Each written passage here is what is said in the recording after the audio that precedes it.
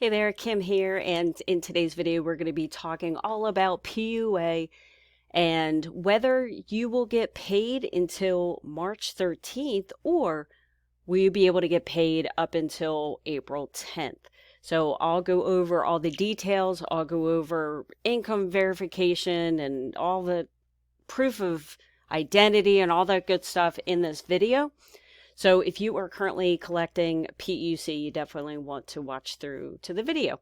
So first thing, a lot of people are having issues claiming PUA right now, and half the reason is because the states are not haven't finished completing the program that they need to do in order to implement the PUA extension. So if you are in one of those states and maybe you're seeing issues with your claim, like you can't find your claim, or you don't see a new balance, or a million other, the claim says you've exhausted or you're disqualified, like any kind of wacky message. If you know your state hasn't completed the programming around getting all that resolved, then that's why you're seeing like weird stuff. Rest assured, states are definitely working on it. And I know easier said than done because you probably haven't gotten paid in a while.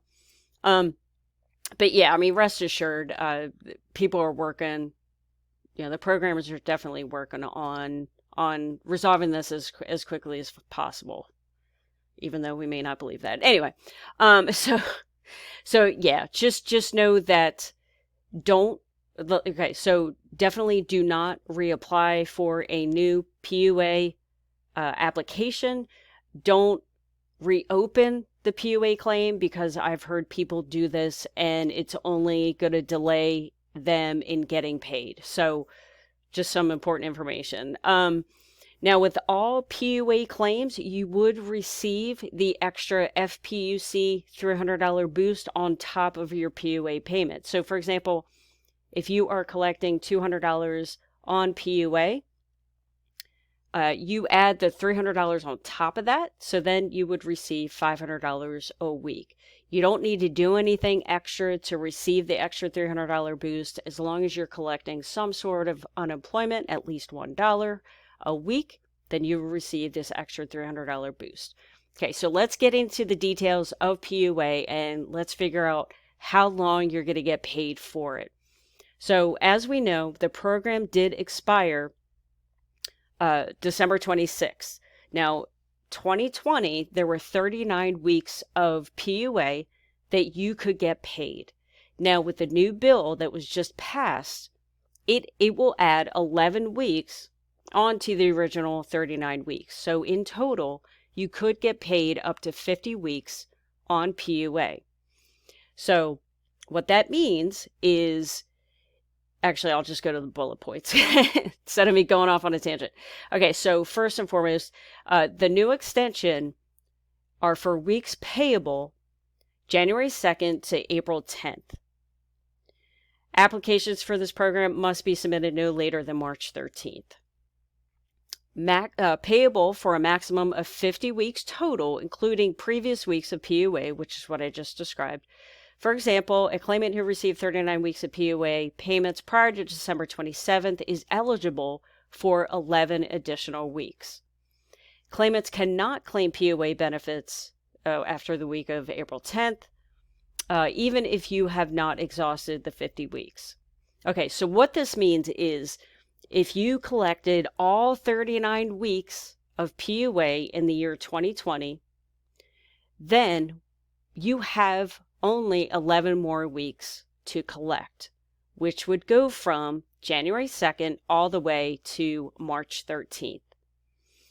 Now, in the event that maybe your state is still working on the programming, rest assured, as long as you are approved to receive money those weeks, you will definitely get back payment for those weeks, including the extra $300. So, if you exhausted your PUA prior to December 26th, you will receive payment up until March 13th. Now, if you are someone that did not exhaust all 39 weeks in the year 2020, then however many weeks you have left over, you will see in your PUA balance. And what will happen is after the states finish programming their systems, you will see the extra 11 weeks tacked on top of that. So just to make life easy, we'll just say that you had 5 weeks left to collect on PUA on December 26th. And then they extended PUA for 11 weeks. So in total, you would then have 16 weeks to collect because you had 5 weeks left over plus the additional 11 weeks that they just added. So that's 16 weeks that you could collect. In which case, you would then be able to collect PUA up until April 10th. Because you had remaining weeks left over on your PUA. Now, unfortunately, I think 16 weeks would carry you past April 10th. So unfortunately, you would get paid up until April 10th because they're just ending the program at April 10th, and that's it. So if you do have weeks left over beyond April 10th, unfortunately, they're going to be forfeited unless they pay another, unless they pass another bill. So something else that they are starting is as of January 31st, claimants must submit proof of employment to qualify. New PUA applicants must submit proof within 21 days of January 31st, and existing PUA claimants must submit this within 90 days. States are also now requiring to verify a claimant's identity. So your identity could be Social Security card front and back, driver's license front and back. And of course, proof of employment could be, or, proof of income, could be your 1099 pay stubs. It could be a business license, I heard recently, a business deal of some sort. It's just obviously a paycheck too. It's some sort of proof that you did earn some sort of income that would earn you the right to be able to collect PUA. Claimants must certify weekly whether they are unemployed due to COVID-19 and select the specific reason why they are unemployed. So it's a lot of information here. I know you might have some questions, and if so, on my channel, I do go live Monday through Friday, 6 o'clock p.m. Eastern Standard Time. So if you do have questions, definitely feel free to join us at that time. And it's just a chat.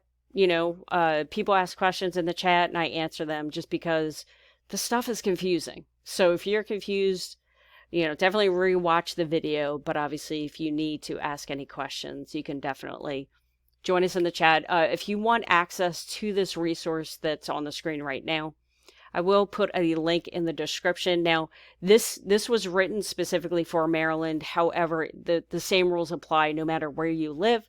So it's just one of the best resources I found regarding, explaining these programs. So hopefully it was helpful. And thanks for watching this video. And if this video was helpful, if you wouldn't mind giving it a like, and of course subscribing, and I will see you all on the next video. Thanks for watching.